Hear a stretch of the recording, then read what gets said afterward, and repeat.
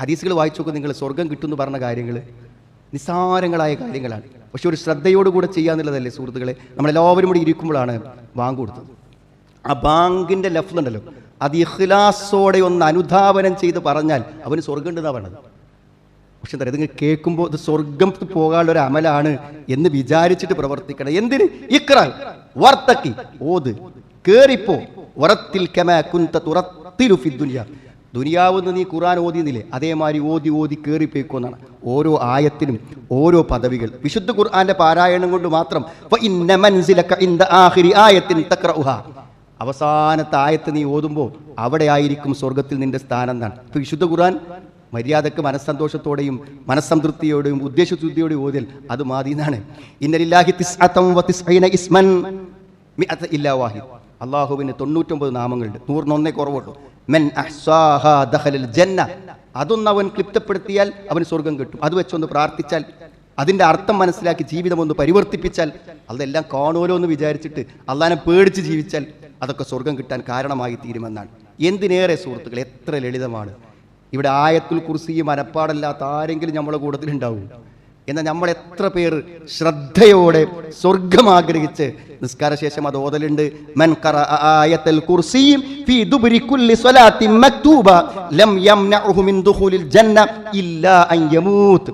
എല്ലാ നിസ്കാരശേഷവും ആരെങ്കിലും ആയത്തുൽ കുർസി പാരായണം ചെയ്താൽ അവന് സ്വർഗത്തിൽ പോകാൻ ആകെയുള്ള തടസ്സം തരും മരിച്ചിട്ടില്ല എന്നതാണ്. മരിച്ചാലല്ലേ സ്വർഗത്തിൽ പോവുള്ളൂ.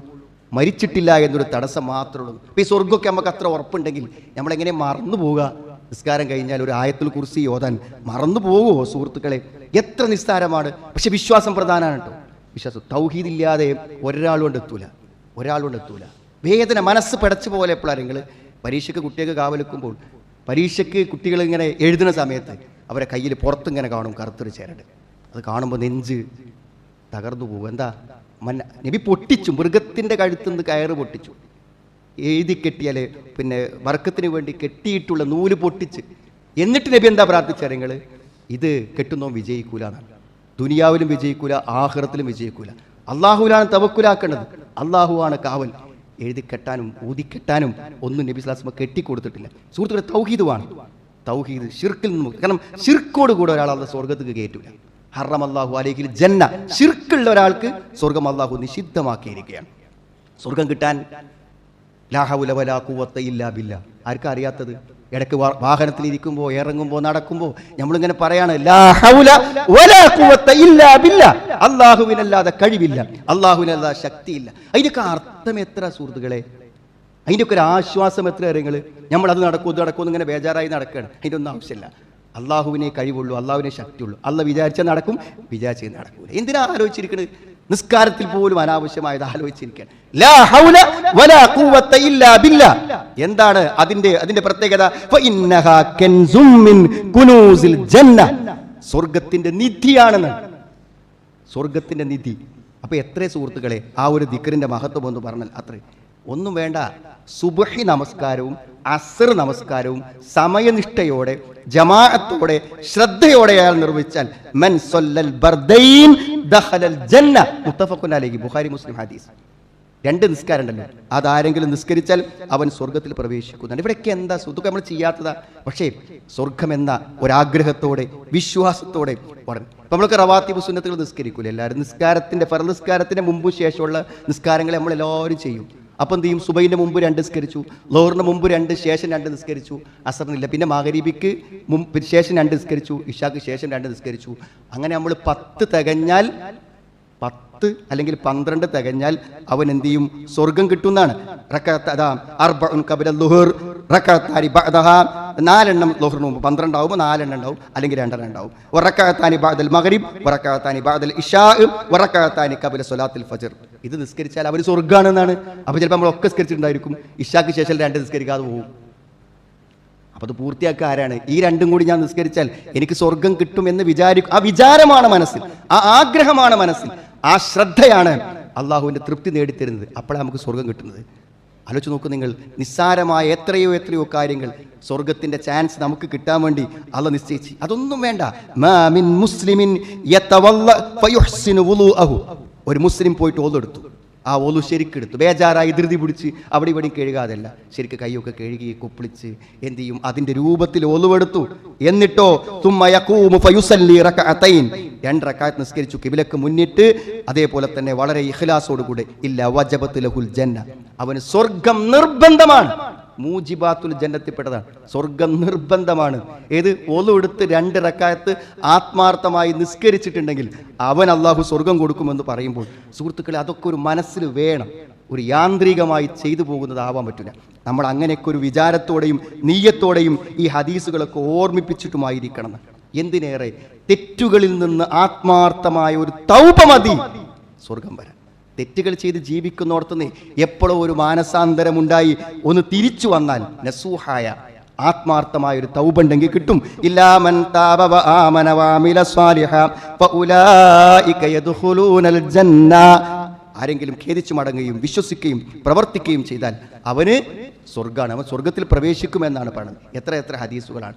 ആത്മാർത്ഥമായിട്ട് ഇടയ്ക്ക് ഇങ്ങനെ ആലോചിച്ച് നിൽക്കുമ്പോൾ പടച്ചോനെ സ്വർഗം എന്തായാലും എനിക്ക് കിട്ടാതെ പോകാൻ പറ്റൂല എന്നിങ്ങനെ മനസ്സിൽ വിചാരിച്ച് സ്വർഗം തരണേ അല്ലാ എന്ന് 3 പ്രാവശ്യം ആത്മാർത്ഥമായി ഒരാൾ പറഞ്ഞാൽ മൻ സഅലല്ലാഹൽ ജന്നത 3 മററാത്ത്, 3 വട്ടം സ്വർഗം തരണേ, അസ്അലുല്ലാഹൽ ജന്ന അസ്അലുല്ലാഹൽ ജന്ന അസ്അലുക്കൽ ജന്ന വ അസ്തജീറുക മിനന്നാർ എന്ന് അല്ലാഹുവിനോട് പറഞ്ഞാൽ കാലത്തിൽ ജന്ന സ്വർഗം പറയും. അല്ലാഹുമ്മ അദ്ഖിൽഹുൽ ജന്ന, അള്ളാഹു അവനെ സ്വർഗത്തിൽ കയറ്റി സ്വർഗം പറയും, സ്വർഗം റെക്കമെൻഡ് ചെയ്യും, അവനെ സ്വർഗത്തിൽ കയറ്റി. ആഗ്രഹമാണ് സുഹൃത്തുക്കൾ, ഇതൊക്കെ വിശ്വാസമാണ്, മനസ്സിൽ ആ നീയത്താണ് വേണ്ടത്. സയ്യിദുൽ ഇസ്തിഗ്ഫാറില്ലേ, നമ്മൾ രാവിലെയും വൈകുന്നേരം ചെല്ലുന്ന പ്രാർത്ഥനകൾ ദിക്റുകൾ, അതിൽ സയ്യിദുൽ അല്ലാഹുമ്മ അൻത റബ്ബി ലാ ഇലാഹ ഇല്ലാ അൻത ഖലഖ്തനി വ അന അബ്ദുക എന്ന് പറയുന്നത് വളരെ കൃത്യമായി രാവിലെയും വൈകുന്നേരം ചെല്ലുന്ന ആളാണെങ്കിൽ അത് ചൊല്ലിയതിന് ശേഷം അവൻ മരണപ്പെട്ടാൽ അവൻ്റെ എല്ലാ പാപങ്ങളും പുറത്ത് സ്വർഗം കിട്ടാൻ അത് മതിയാകുമെന്നാണ്. എന്തിന് സുഹൃത്തുക്കളെ, ആഴ്ചക്ക് നാട്ടിലൊക്കെ ഖുർആനും ദീനൊക്കെ പഠിപ്പിക്കണ വല്ല മജ്ലിസും ഉണ്ടെങ്കിൽ എല്ലാ തിരക്കൊന്നും കുറച്ച് സമയം കണ്ട് ആ മജ്ലിസിലെത്തിയാൽ മതി. ഒരു ഖുർആൻ ക്ലാസ്സിന് മര്യാദക്ക് ആഗ്രഹിച്ചിട്ട് പടച്ചോനെ ഇതൊക്കെ ഇപ്പോൾ എനിക്കും പറഞ്ഞു തന്നെയാണല്ലോ, ആൾക്കാർ ഇങ്ങനെ പോണ് കാണുന്നു, ഞാനും തൽക്കാലം എന്നും കടയിലേക്ക് പോകുന്ന എന്നും വീട്ടിലേക്ക് തിരിച്ചു പോകുന്ന ഞാൻ ഒരു അരമണിക്കൂർ ഇവിടെ ഇരുന്ന് പോകാം, ഒരു ദർസിൽ ഇരുന്ന് പോകാം എന്നൊരുത്തൻ വിചാരിച്ചാൽ അവനെന്താണ്, മൻ സലക ത്വരീഖൻ യൽതമിസു ഫീഹി ഇൽമൻ സഖലല്ലാഹു ബിഹി ത്വരീഖൻ ഇലൽ ജന്ന. ഒരാള് ഇൽമിന്റെ വഴിയിൽ ഇൽമന്വേഷിച്ചുകൊണ്ട് അതിന്റെ വഴിയിൽ പ്രവേശിച്ചാൽ സഖലല്ലാഹു ലഹു ത്വരീഖൻ ഇലൽ ജന്ന, സ്വർഗത്തിലേക്കുള്ള അവന്റെ വഴി എളുപ്പമാക്കി കൊടുക്കുന്നതാണ്. എത്ര ഭൂമിയാ സുഹൃത്തുക്കളെ ഓരോരുത്തരുടെ പേരിൽ, അവനാന്റെ പേരിൽ ഭൂമി വെക്കാൻ പറ്റാഞ്ഞിട്ട് ബിനാമിന്റെ പേരിൽ ഭൂമി രജിസ്റ്റർ ചെയ്ത ആൾക്കാരുണ്ട്. എന്നാൽ ഒരു 10 സെന്റ് രജിസ്റ്റർ ചെയ്യുമ്പോൾ അവിടെ ഒരു പള്ളി വന്നോട്ടെ എന്ന് മനസ്സിൽ വിചാരിച്ചാലും ഒരു സ്വർഗത്തിനുള്ള വകുപ്പാണ് ആകാൻ പോകുന്നത്. ആർക്ക് കൊടുത്താലാ വരിക സുഹൃത്തുക്കളെ? പലപ്പോഴും നല്ല ആളുകൾക്ക് വീട് വെക്കാനൊക്കെ നമ്മൾ സ്ഥലം കൊടുക്കുന്നത് നല്ലതന്നെ, അതിലൊന്നും തകരാറില്ല. പക്ഷേ നമ്മുടെ മനസ്സിൽ സ്വർഗത്തിൽ നമുക്കൊരു വീട് വേണ്ടേ സുഹൃത്തുക്കളെ? അതുകൊണ്ട് ഇവിടുത്തെ വീടൊക്കെ പൂർത്തിയായി അതിൻ്റെ മുറ്റം വീണ്ടും വീണ്ടും കട്ടയിട്ട് അലങ്കരിച്ച് മനോഹരമായ പൂന്തോട്ടങ്ങൾ ഉണ്ടാക്കുമ്പോൾ നമുക്കൊരു വീട് പോകുമ്പോഴൊക്കെ അവിടേക്ക് പണിയാൻ തൽക്കാലം ഭാവിയിൽ ഒന്നുമില്ലാതിരിക്കുമ്പോൾ അങ്ങാടിയിൽ 2 റൂമുണ്ടെങ്കിൽ അതിൻ്റെ വരുമാനം കൊണ്ട് ജീവിച്ചു പോകാമെന്ന വിശ്വാസം പോലും നാളെ പരലോകത്തൊരു 10 സെന്റിൽ 5 സെന്റിൽ ഒരു പള്ളി ഉണ്ടായാൽ അവിടെ സുജൂദ് ചെയ്യുന്ന ആളുകളുടെയൊക്കെ ഇതൊരു പ്രതിഫലം എനിക്ക് കിട്ടും. ബന മസ്ജിദൻ ലില്ലാ ബനല്ലാഹു ലഹു ബൈതൻ ഫിൽ ജന്ന. വെറുതെ പൊട്ടന്മാരായിട്ട് ചെയ്യല്ലേ സുഹൃത്തുക്കൾ. വിദേശത്തൊക്കെ ഉള്ള ആൾക്കാർ നാട്ടിൽ വന്ന് പള്ളി ഉണ്ടാക്കണത് അവർക്കൊക്കെ എന്താ വെച്ചാൽ അവിടെ പള്ളിൻ്റെ ആവശ്യങ്ങളില്ല. അപ്പോൾ ആവശ്യമുള്ള ഒരു സ്ഥലത്തൊരു പള്ളി ഉണ്ടാക്കുക, മരിക്കയിലിടക്ക് എന്ന് ചിന്തിക്കുന്നത് സ്വർഗത്തിലൊരു വീടുണ്ടാക്കാനാണ്. ഒരു വീട് എത്ര കാലം സ്വപ്നം കണ്ടു, എത്ര വായ്പ വാങ്ങി, എത്ര ബുദ്ധിമുട്ടി, അത്രയൊന്നും പ്രശ്നമില്ല ഒരു പള്ളി ഉണ്ടാക്കി കൊടുക്കാൻ. പക്ഷേ ഒരു പള്ളിയൊക്കെ ഉണ്ടാക്കണമെങ്കിൽ നാടൊട്ടുക്കും ആളുകളെത്തി പോയി പിരിച്ച് വീട്ടിൽ കയറി ചോദിച്ച് എത്ര ബുദ്ധിമുട്ടാണ്. ഒരു നാട്ടിൽ 100 കണക്കിന് ആളുകളും 10, 20, 30, 40 ഒക്കെ വീടുകൾ ഉണ്ടായിട്ടും ഒരു പള്ളി എല്ലാവർക്കും പാടെ കൂടി ഉണ്ടാക്കാൻ പറ്റണില്ല. എന്തേ? ആരും കുറ്റം പറയാനല്ല കേട്ടോ. മനസ്സിൽ നാളെ പരലോകത്തൊരു സ്വർഗമുണ്ട്, അവിടെ ഒരു ഭവനം എനിക്ക് വേണം എന്ന് മനസ്സുകൊണ്ട് ആഗ്രഹിക്കാൻ കഴിയുമ്പോഴാണ് അതൊക്കെ ഉണ്ടാകുന്നതെന്ന് ആലോചിക്കുക. എത്രയെത്ര ഹദീസുകൾ, എത്രയെത്ര വചനങ്ങൾ. നിസ്സാരമെങ്കിലും പലതും നിസ്സാരമെന്ന് കാണുന്നുണ്ടെങ്കിൽ ഒരു ശ്രദ്ധയോടുകൂടെ അത് സ്വർഗം കിട്ടുന്ന കാര്യമാണല്ലോ. അതൊന്ന് ഇനി തെറ്റാതെ നിതാന്തമായി നിത്യമായി ഇനി എന്തായാലും സുബഹിക്കും അസർക്കെങ്കിലും പള്ളിയിലെ ജമാഅത്തിലൊന്ന് പോയി വെക്കുക. ഇനി തെറ്റാതെ ആയത്തിൽ കുറിച്ച് ഏതായാലും കാണാതെ അറിയാലോ, നിസ്കാരം കഴിഞ്ഞാൽ ഒന്ന് ചൊല്ലി വെക്കുക. ഇങ്ങനെ ചില തീരുമാനങ്ങൾ നമ്മൾ എടുക്കുമ്പോഴാണ് സുഹൃത്തുക്കളെ അള്ളാഹുവിൻ്റെ തൃപ്തി നമുക്ക് ലഭിക്കുന്നത്. അള്ളാഹുവിൻ്റെ കൽപ്പനകളും നിർദ്ദേശങ്ങളും അറിയാൻ കൂടുതലായി ശ്രമിക്കുകയും അറിഞ്ഞ ഫضലുകളെ ഉൾക്കൊണ്ടുകൊണ്ട് ജീവിക്കുവാൻ അള്ളാഹു നമുക്ക് എല്ലാവർക്കും തൗഫീക്ക് പ്രദാനം ചെയ്യുമാറാണ്.